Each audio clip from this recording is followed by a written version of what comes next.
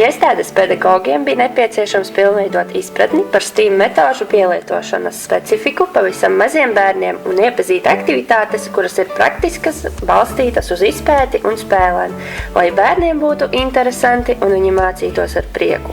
Tāpēc izvēlējāmies projektu ar šādu mērķi. Projekta ietvaros tika organizēti vairāki izglītojoši semināri pedagogiem gan tiešsaistē, gan klātienē.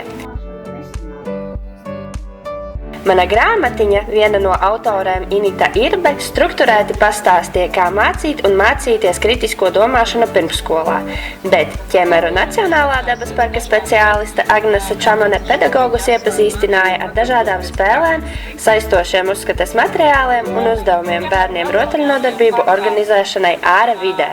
Savā pieredzē par dalību Erasmus projektos Labsajūte dabā un Eiropas profesionālās attīstības centra Primera Courses organizētajos kvalifikācijas celšanas kursos STEAM, kad sarežģīts kļūst jautrus un viegli saprotams, dalījās iestādes skolotājas Krista Ādamsone un Līga Ševele.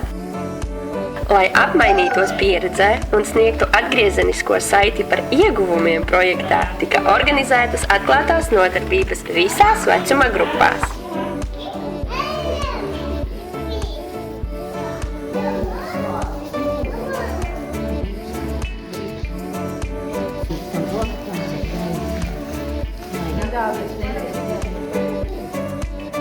Ļoti noderēja atklātās nodarbības, kur tiešām varēja redzēt, kā bērni darbojās un kā tas tiek izmantots praksē.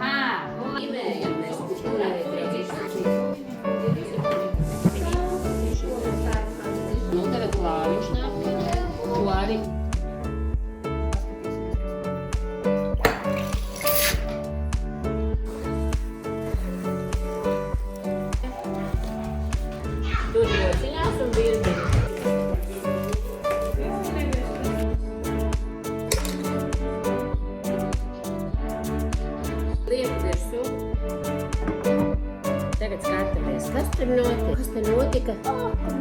Ak, nē. No šiem kursiem iegūt dziļāku izpratni par kritiskās domāšanas nozīmi pirmsskolas vecuma bērnu attīstībā. Apkopo praktiskas STEAM metodes, kuras var izmantot, lai veicinātu bērnu radošumu, problēmu risināšanas prasmes un interesi par apkārtējo pasauli. Kursi man palīdzēja saprast, kā mācību procesā vairāk iesaistīt bērnus aktīvā un pētnieciskā darbībā. Es jūtos iedvesmu pilnveidot savu pedagoģisko pieeju un radīt mācību vidi, kas veicina domāšanu un izziņu.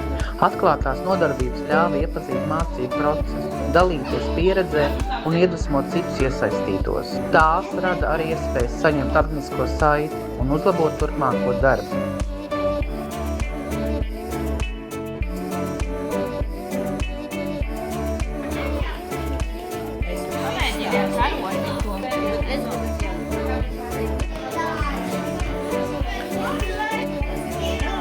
Kad uzdevums šogad bija STEAM programmas ieviešana mācību procesā, kursu dēļ mums lielāku tādu apskaidrību un iedrošinājumu mūs domāt plašāk un darboties ar bērniem drošāk, un tas bija rītīgs izpētes darbs veselu gadu garumā.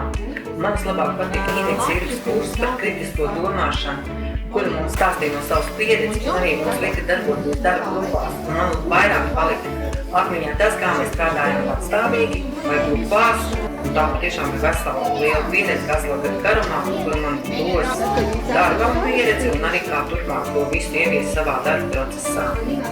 Savu pieredzi pedagogi demonstrēja arī pieredzes apmaiņas pasākumā, kurā kolēģiem demonstrēja savus vērtīgākos labās prakses piemērus. Dalība Rimts projektos ir veidojusi mūsu organizāciju par mācīšanās organizāciju, un kopā mācoties mēs ne tikai iegūstam jaunas zināšanas, bet arī paaugstinām mūsu iestādes izglītības kvalitāti. Initas Irbes lekcijas aktualizēja dabas pedagoģijas strukturētu nodarbību, ko mēs arī varam veiksmīgi pielietot mūsu iestādēs.